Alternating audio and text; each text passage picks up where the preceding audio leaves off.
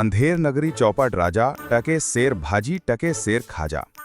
भाजी का मतलब है पकी हुई सब्जी और तरकारी, और खाजा एक किस्म की मिठाई का नाम है। इस कहावत का मतलब है कि अगर हाकिम बेवकूफ़ या नालायक हो तो मुल्क में लूटमार और बेइंसाफी आम हो जाती है। ये कहावत आमतौर पे ऐसे वक्त बोली जाती है जब किसी जगह, मुल्क, शहर या इदारे के बारे में ये बताना हो कि वहाँ अच्छे बुरे की तमीज़ नहीं, बदनज़मी है, लूटमार मची हुई है और किसी के साथ इंसाफ नहीं होता। इसकी कहानी ये है कि एक गुरु और उसका चेला एक ऐसे शहर से गुजरे जहाँ हर चीज़ टके शेर बिकती थी, चाहे सब्जी हो या मिठाई। सस्ती से सस्ती और महंगी से महंगी चीज़ के दाम एक ही थे, यानी 1 टके का 1 शेर। इतना सस्ता शहर देखकर चेले का जी ललचा गया। गुरु से कहने लगा, यहीं रह जाते हैं, मज़े मज़े की चीज़ें खूब पेट भर के खाया करेंगे। गुरु ने चेले को समझाया कि ऐसी जगह रहना ठीक नहीं जहाँ अच्छे और बुरे में कोई फ़र्क ना है, लेकिन चेला ना माना।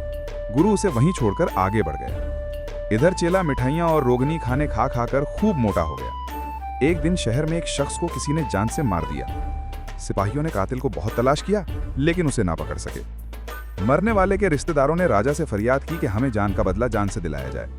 राजा को पता चला कि कातिल का कोई सुराग नहीं मिलता। अंधेर नगरी तो थी ही, और सारा कामकाज तो वैसे भी चौपट था। इस बेवकूफ राजा ने हुक्म दिया, कोई बात नहीं, जान का बदला जान से लिया जाएगा। शहर में जो आदमी सबसे मोटा हो उसे पकड़ के फांसी दे दो, इंसाफ हो जाएगा। टके शेर मिठाई खाकर मोटा होने वाला चेला ही शहर में सबसे मोटा निकला। सिपाहियों ने उसे पकड़ लिया और चले फांसी देने। इत्तेफाक से गुरुजी दोबारा वहां से गुजरे। चेले ने उन्हें देखकर दुहाई दी। गुरु ने सारा मामला सुनकर कहा, मैं तुमसे पहले ही कहता था यहाँ रहना ठीक नहीं, यहाँ बुरे और भले में कोई तमीज नहीं।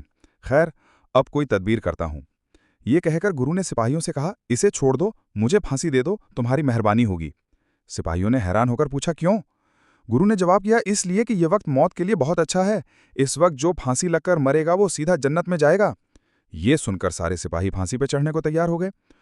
कोतवाल ने यह सुना तो कहा, सबको छोड़ो, पहले मुझे फांसी दो। इस तरह पूरे शहर में मुझे फांसी दो, मुझे फांसी दो का शोर मच गया। राजा को पता चला तो उसने कहा, जन्नत में जाने का पहला हक मेरा है, पहले मुझे फांसी दो। बस राजा को फांसी दे दी गई। इस तरह चेले की जान बची और गुरु जी उसे लेकर भागे।